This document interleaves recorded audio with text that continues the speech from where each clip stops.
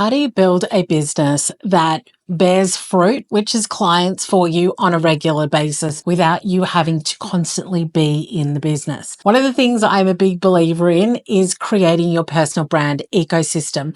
And the reason that I think about it like an ecosystem is because you want it to be a cycle. You want it to be fueling everything that's going on in your business. So today we're going to be talking about how you can build your personal brand ecosystem so that you can take time off, so that you don't have to always be on. And so the things that you create on an evergreen basis continue to attract, nurture, and convert the clients that you really want. And the great thing is that when you do build your personal brand ecosystem, not only does it generate leads and nurture your audience, it also helps to build your authority, help you to get opportunities, and really showcases you as one of the go-to people in your industry. So for me, one of the things that I've done is that my podcast is one of my core elements of my business.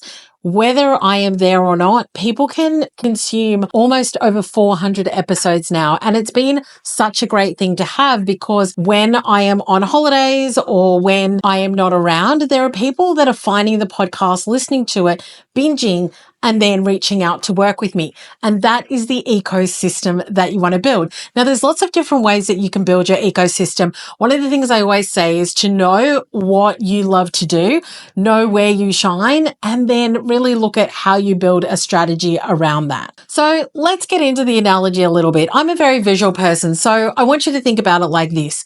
When we start our business, we have the foundation. We have the ground that we want to start planting this amazing personal brand ecosystem into.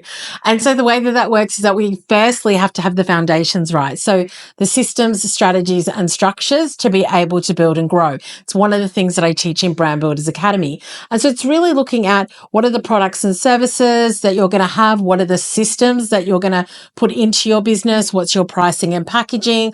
What is your marketing and your messaging? So it's the foundations. It's the elements that you're going to be able to build on top of.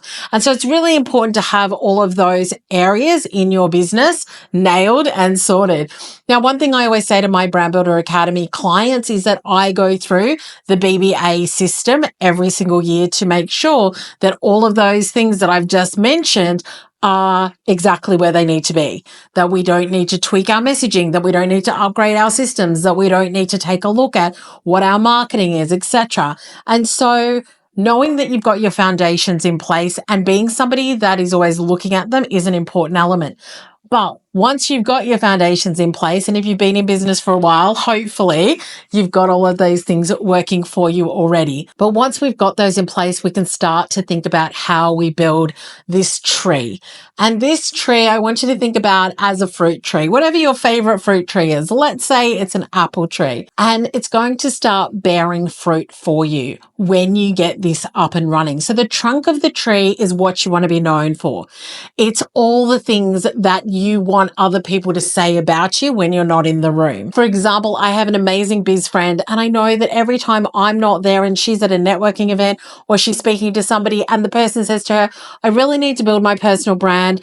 I need to build my confidence, become more courageous. I need to work out how I'm going to put myself out there in the market in a confident way. She always says, you need to speak to Suze. And so that's something that you really want to be thinking about. When you're not there, what is it that you want people to say about you? What is it that you want them to be referring you for when they're speaking to other people? And you getting really clear on that is an important element. So once you know what you want your personal brand to be and what you want others to be talking about when they talk about you, then that's what we're going to be creating content around. And really thinking about, like, where is all of this going to be housed? Where am I going to be sharing this? And the one thing I really want you to think about is master content. So it is the one place that you are starting, and then everything else comes from that. So for example, over the last 8 years, the podcast has been my master evergreen content. It is the one thing that we do every single week. I think we may have missed 1 or 2 weeks, but apart from that, it's something we do every single week. We've committed to it. That's what we do. And when I say we, it's like me, myself, and I. Yes, I have a team, but I'm the one who shows up every week and creates it. Now, 2025, I want to absolutely be doing more YouTube videos. Why? Because I know that that's where the growth is going to be. I know that that's like where I need to be focusing my energy, but it's still going to be the masterpiece of content. So the YouTube video will become the podcast, and the podcast becomes show notes and blogs for SEO on the website. And then from there, they become carousels, text content for LinkedIn, Threads, wherever else I'm going to use them. We then create short form content that we can share either across LinkedIn, TikTok, Instagram, etc. But it's a one core piece of content. Now, obviously, you do need to think about the way the different platforms work and make sure that you're repurposing in the right way. But when you start to create core high quality content and then you distribute it in a really smart and systemized way, it means that you're getting so much more out of the content that you're creating. It means that you're squeezing the juice out of it so that you can attract more eyeballs, more followers, more community members, more leads, and eventually, obviously, more clients as well. And I was listening to another creator a while ago talk about the fact that we have to be engineers and artists. And I think this is where the ecosystem comes in too. It's creating the systems that are going to help you have structure to be able to scale, but then also being the creator, being the artist who comes up with new ideas, new ways of thinking, new ways of explaining things to your audience so that they can get the outcomes and the results that you want to help them to be able to get. And so once you understand what that tree trunk is, what you want to be known for, and you start to look at the systems of distribution, which are the branches, then what will happen is your community and followers I see as the leaves, as your tree, your ecosystem continues to grow. And one thing that I did think about was a few episodes I spoke to Fatima about building brand worlds. And I think that when you build an ecosystem, you are building brand worlds. You're building new ways of communicating and connecting with your audience across different platforms in different ways, which allows them to interact with you and start to connect with your brand in a much bigger way. And you've got to remember, brand is the emotional connection that you have with your audience. Your brand is a feeling. And so if you can bring that feeling to more places, it means that you're going to be able to connect even more with your audience. So once you start to distribute all of your content and you have a system in place, and I think this is one of the biggest things, is really knowing what is the process by which we're going to do this, what's the system that we're going to have, which means that we know exactly what's going to happen, when it's going to happen, who's going to be responsible for it, and then also take a look at how you're measuring what's working and what's not is so important. It's kind of like looking at the health of the tree. Is the tree thriving or is it dying? Are we getting more leaves or are the leaves falling off? And so really understanding and being somebody who wants to nurture your ecosystem and somebody who's tending to that garden and that tree is so important. And so not only having systems in place, which is the engineer, and you being the artist and the creator, but then also looking at measuring what's working, what's not working, how do we make things better so that we can make sure that we just continue to grow from strength to strength is so important. And I think that when you do all of these things, then you get the flowers on the fruit tree. And that's where the fruit comes from, which is your clients. And so the longer you can nurture what it is that you have, you know that you are creating high value, but also the most important thing is that you're also creating those calls to action where you let your audience know how they can work with you, what you can do together, what's possible for them, what the outcome would be when they decide to come and engage you in whatever it is that you do. And so we want to build an ecosystem that allows us to be creative, that allows us to have systems that work, that allows our audience to find us and engage us.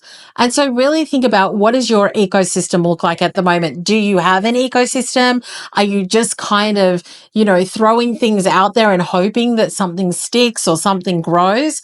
When you come at it from a perspective of having this one strategy, like the one thing that I want to be focused on, the one thing I want to be known for, the one thing that I want to create content from that then allows me to distribute it in a really smart and systemized way, then you'll be able to create more powerful content as well that will lead to better leads and better customers and clients as well.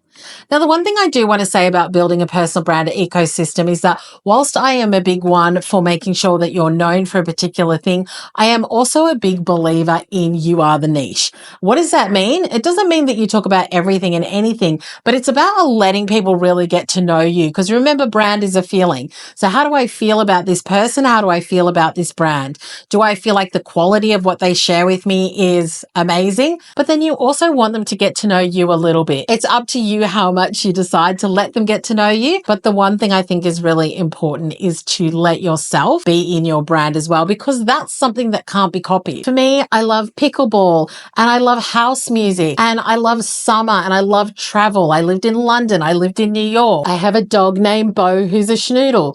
Like, allowing those elements of yourself to come into your brand just means that people can connect with you on a more personal level, so that when they come to your content, not only do they love what it is that you talk about, but they're actually getting to know you a little bit more as a person. And we want to be relatable to our audience because it creates a much deeper connection as well. So think about what your ecosystem is going to be like. I absolutely believe that in 2025 and beyond, not only is an ecosystem so important, but it really helps you to get more time back and allows you to have things in your business that are working for you from an organic perspective. And obviously, yes, you can have ads that amplify what it is that you're doing. But when you create this and you create it consistently, like I said before, it means that people can find you. They can binge you. They can find out more about you. And Google shared some information a while ago, which was about how people buy. And it's that we need to consume 7 hours of content over 11 different platforms and in 4 different formats. And so when you start to create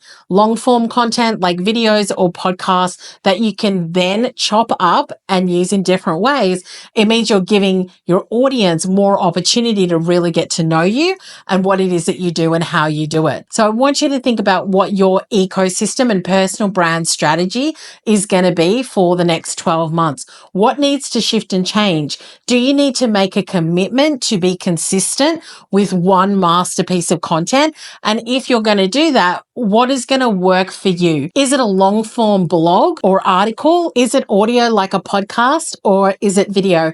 And I really think it's important to understand where the market's going and what's happening so that you can make the right decisions. Now, the other thing I want to say is that whilst you absolutely want to lean into what you're really great at, you can also learn something new. You can also become really great at something that you've not done before. And it just takes practice. For me, I went and bought myself a little DJI Osmos. I've sorted out some of the lighting in my office, but I'm also still learning and trying to become better at creating engaging videos. And I'm doing things that I've never done before. And I'm trying to play and not take it too seriously, because I know that when I do that, then I'll get better at it. And it's also more enjoyable. So you've got to figure out what is going to be an enjoyable way for you to build your personal brand ecosystem. What is something that you might need to learn a little? How can you get help with it? Maybe you need to outsource some elements of it. You know, one of the elements of my business is Bold Vibes Consulting, which is a personal brand management and content studio. And so we work with a lot of our clients who are amazing at what they do, but they find the technical elements a little bit harder. And so we help them to execute that with me and my BVC team.